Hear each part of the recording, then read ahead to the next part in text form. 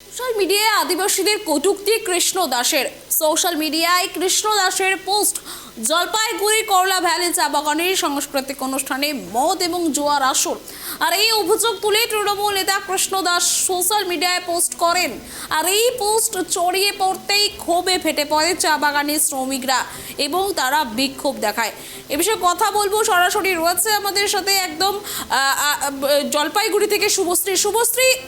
এই মুহূর্তে তুমি যেখানে দাঁড়িয়ে রয়েছো, আদিবাসীরা বিক্ষোভ দেখাচ্ছেন, মূলত কি কারণে আদিবাসীদের এই বিক্ষোভ, তাদের দাবিগুলো কি জানা যাচ্ছে? তৃণমূল নেতা কৃষ্ণ দাস তার কিন্তু অভিযোগ ছিল সেই পোস্টে যে জলপাইগুড়ির 31 নম্বর জাতীয় সড়ক সংলগ্ন যে করলা ভ্যালি চা বাগান রয়েছে সেখানকার সাংস্কৃতিক অনুষ্ঠানে মদ জুয়ার আসর বসে, এমনটাই কিন্তু তিনি অভিযোগ তুলেছিলেন। আর সেই সোশ্যাল মিডিয়ার পোস্ট ঘিরেই কিন্তু আজকের এই বিক্ষোভ। যদিও তোমায় বলে রাখবো, সেই সোশ্যাল মিডিয়ার পোস্টের সত্যতা কিন্তু যাচাই করেনি ট্রাইব টিভি, কিন্তু সেই পোস্টের কে ঘিরেই কিন্তু আজকের এই বিক্ষোভ। জলপাইগুড়ির যে করলা ভ্যালি সংলগ্ন 31 নম্বর জাতীয় সড়ক, আজকে সকাল 10টা থেকে তারা সেই পথ অবরুদ্ধ করে রাখে। রীতিমতো কৃষ্ণ দাসের একটি কুশ পুতুল বানিয়ে সেখানে তাকে কিন্তু তীর ধনুক দিয়ে মারা হয়, সেই ছবিও কিন্তু আমরা দেখিয়েছি। এরই পাশাপাশি মাদল এবং স্থানীয় আদিবাসীদের যাদের সেই সাংস্কৃতিক অনুষ্ঠানের যে যন্ত্রাদি সেগুলো তারা কিন্তু সেখানে বাজাচ্ছিল। কাজেই বুঝতেই পারছো, তারা কিন্তু বলছেন যে কুরুচি মন্তব্য করেছে কৃষ্ণ দাস কেন বলবে যে তারা সেখানে মদ জুয়ার আসর বসে, এমনকি তারা কি খায় না খায় সেই নিয়েও কিন্তু অভিযোগ তুলেছে কৃষ্ণ দাস। আর সেই পোস্টকে ঘিরেই তাদের এই আজকের এই বিক্ষোভ। তারা চাইছেন যে কৃষ্ণ দাস তাদের কাছে ক্ষমা চাক। যেখানে তোমাকে জানিয়ে রাখবো যে কৃষ্ণ দাস কিন্তু যেখানে ভোটে জিতেছেন সেখানকার ম্যাক্সিমাম ভোটই যায় এই আদিবাসীদের তরফ থেকে টিএমসিপির।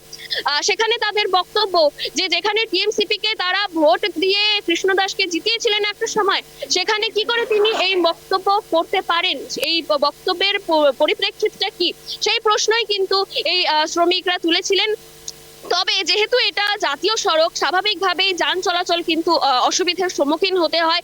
বিভিন্ন পণ্যবাহী গাড়ি থেকে শুরু করে অ্যাম্বুলেন্স, এমনকি যারা পর্যটকেরা এই রাস্তা ব্যবহার করেন, সাধারণ মানুষ যারা ব্যবহার করেন, তাদেরও কিন্তু বেশ অসুবিধার সম্মুখীন হতে হয় সকাল থেকে। আর এর পাশাপাশি এই খবরে কিন্তু বেশ পুলিশ বাহিনীর একটা বড় বাহিনী এখানে এসে উপস্থিত হয়। তাদেরকে বোঝানোর চেষ্টা করা হয় যে এই তারা যে অভিযোগ জানাচ্ছেন তার পরিপ্রেক্ষিতে একটা যথাযথ ইনভেস্টিগেশন করা হবে এবং তারা যেটা দাবি জানাচ্ছেন যে কৃষ্ণ দাস এসে তাদের কাছে ক্ষমা চাক এবং তার বিরুদ্ধে শাস্তির তারা চাচ্ছেন শ্রমিকেরা, তার কিন্তু একটা যথাযথ ইনভেস্টিগেশন করে সেই দিকটাও দেখা হবে, এমনটা আশ্বাস দেওয়ার পরে বেশ কিছুক্ষণ আগে এই অবরোধ কিন্তু তারা তুলে দেয়। সুষমা, ধন্যবাদ শুভশ্রী। একদমই যেমনটা দেখতে পাচ্ছেন, প্রতিবাদে পথ অবরোধ, আদিবাসীদের কটূক্তি করেছেন তৃণমূল নেতা এবং তারই পরিপ্রেক্ষিতে এই অবরোধ শিলিগুড়ি আসামগামী NH 31D রোড আসাম মোড়ের কাছে তীরধনুক ধামসা মাদল নিয়ে স্লোগান এবং সেখানে কৃষ্ণ দাসকে ধিক্কার এবং তার পোস্টারে কৃষ্ণ দাসের ছবি দেওয়া পুষ্পতুল পুড়িয়ে দেয় শ্রমিকরা। অবরোধে বহু দূর পাল্লার গাড়ি আটকে পড়ে।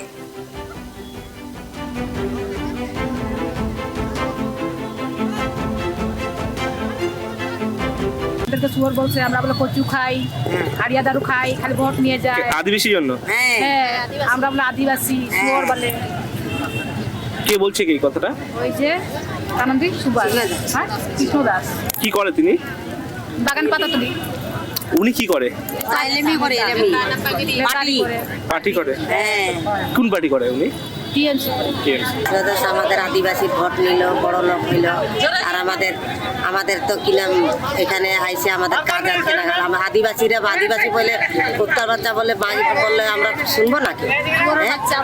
আমরা কচু খাই, আমরা কচুগুলা খাই, ওই যে ভোটটা দেই তাতে ভোট কেন নিয়ে যায় হাড়িয়া দারু খালা লোকগুলাকে, ওই জন্য আমরা আনন্দ দলের আমাদেরকে শুয়োরের বাচ্চা বলছে, শুয়োর কচু খায়, হাড়িয়া দারু খায়।